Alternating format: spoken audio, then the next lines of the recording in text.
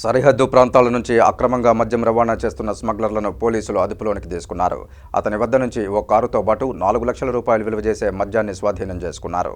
అనంతరం నిందితుని Chittoor DSP Srinivasamurthy media ముందు హాజరుపరిచి వివరాలు వెల్లడించారు. నగరంలో అక్రమ మద్య రవాణాలను నిర్మూలించేందుకు కట్టుదిట్టమైన పోలీసు బందోబస్తు ఏర్పాటు చేశామన్నారు. 1వ పట్టణ సీఐ విశ్వనాథ్ రెడ్డి, ఎస్ఐ మల్లికార్జున్ పర్యవేక్షణలో నిర్వహించిన తనిఖీల్లో చిత్తూరు నగరం గూలింగ్స్పేటకు చెందిన 23 సంవత్సరాల లోకేష్ అనే వ్యక్తిని అరెస్టు చేసినట్లు వెల్లడించారు. కేసు ఛేదించడంలో ప్రతిభ చూపిన పోలీసులను డీఎస్పీ అభినందించారు.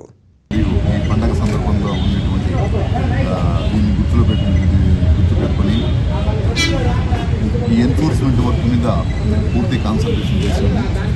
ఇందులో భాగంగా ఈ చిత్తూరు 1 టౌన్ సిఐ గారు మన విశ్వనాథ్ రెడ్డి గారు, వాళ్ళ ఎస్ఐలు మల్లికార్జున, భారతి మరియు వారి సిబ్బంది అందరూ కూడా దీని మీద గత కొద్ది రోజులుగా పక్కా నిఘా పెట్టుకొని